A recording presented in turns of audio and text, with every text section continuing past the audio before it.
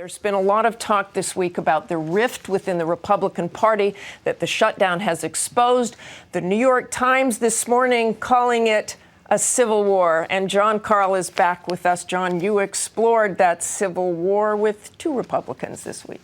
That's right, Martha. I talked to two high-profile Republicans. Both are potential presidential candidates. Both are, no doubt about it, conservatives. But as you'll see, they represent opposite sides of this battle for the future of the Republican Party.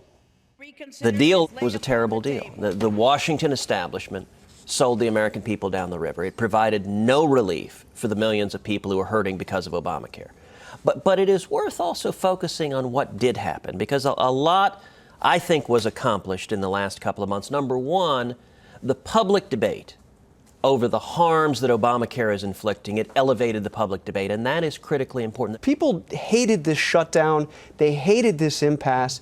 And this was seen as the Ted Cruz shutdown. You, more than any single individual, were seen as the one that triggered this crisis to begin with. John, I agree that a lot of D.C. politicians tried to call it that, and a lot of the media did too. But talk about public opinion nationally. Look, let me be very clear. I said throughout this, we shouldn't have a shutdown. I don't want a shutdown. I repeatedly voted to open the government. There never would have been a shutdown if you hadn't gone with this strategy of saying we're not even going to fund the government for 6 weeks and you know unless we can defund Obamacare. You know what, John? There never would have been a shutdown if Harry Reid and President Obama hadn't said we will not compromise, we will not negotiate, shut the government down. How much do your colleagues just despise you right now on the floor? I mean, I hear some really strong language from your own fellow Republican senators. I think it's obvious that we are now seeing the end of this agonizing odyssey. It's one of the more shameful chapters that I have seen.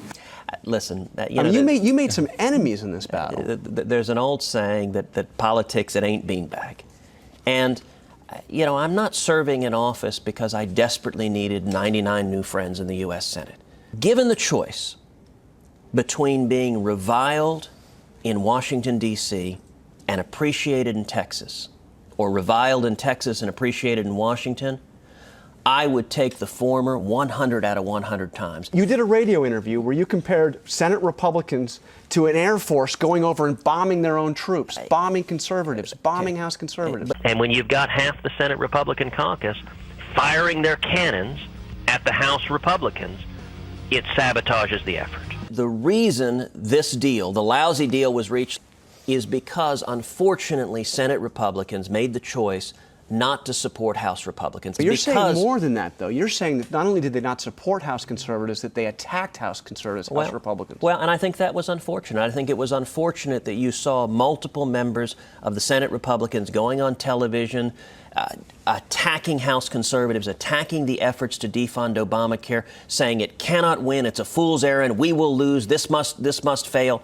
That is a recipe for losing the fight, and it's a shame. We didn't win this battle, but I am encouraged that we have demonstrated when the American people stand up, the House of Representatives will listen, and I hope in time the Senate will listen also. What next? We have another deadline. Government funding runs out on January 15th. Will you rule out pushing to the brink of another shutdown by saying you would block funding for the government unless Obamacare is defunded? Will you do that again? I would do anything, and I will continue to do anything I can to stop the train wreck that is Obamacare. What I intend to do is continue standing with the American people to work to stop Obamacare, because it isn't working, it's costing people's jobs, and it's taking away their health care.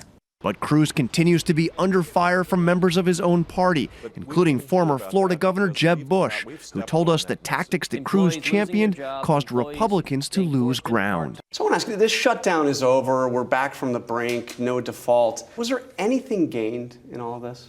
No, I think there was some ground loss from the political point of view. And this started with Republicans, mostly in the House, saying that they wanted to gut Obamacare, and they were willing to, not fund the government until that happened. I mean, they changed their position a little bit as it went along. But, I mean, how badly are Republicans hurt by all of this? This started with their strategy.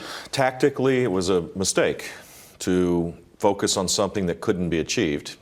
And that's what that was. It was tactics.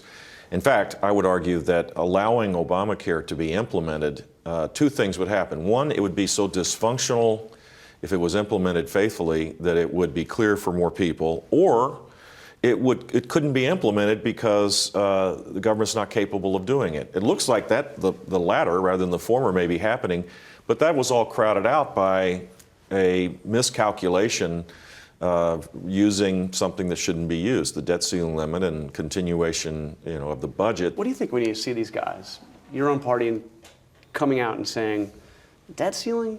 You don't necessarily need to raise that.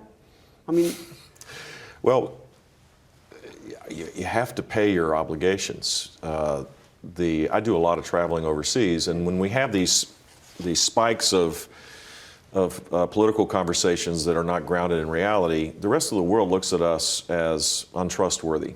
Yeah. That has implications not just for us, slowdown of economic activity. It has implications in the world because people have to count on the United States, and if we're behaving this way, it makes it harder to do so. So now, look, I'm not. I want to make sure everybody understands. I'm not blaming Republicans. I think we have a systemic problem in Washington right now, and the void of leadership is making it harder to get to a better place.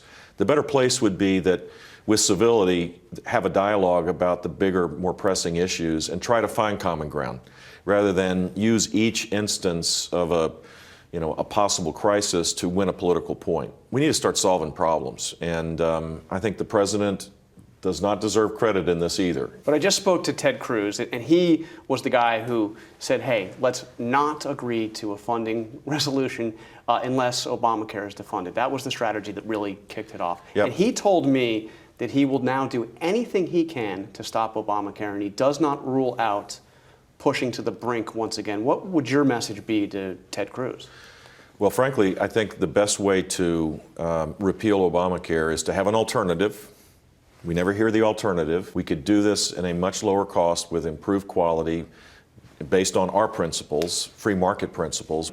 And two, show how Obamacare, flawed to its core, doesn't work. So have a little bit of self-restraint. It might actually be politically a better approach to see the massive dysfunction. But we don't even hear about that because we've stepped on that message. And I think Republicans need to just take a step back and show a little self-restraint and let this happen a little more organically.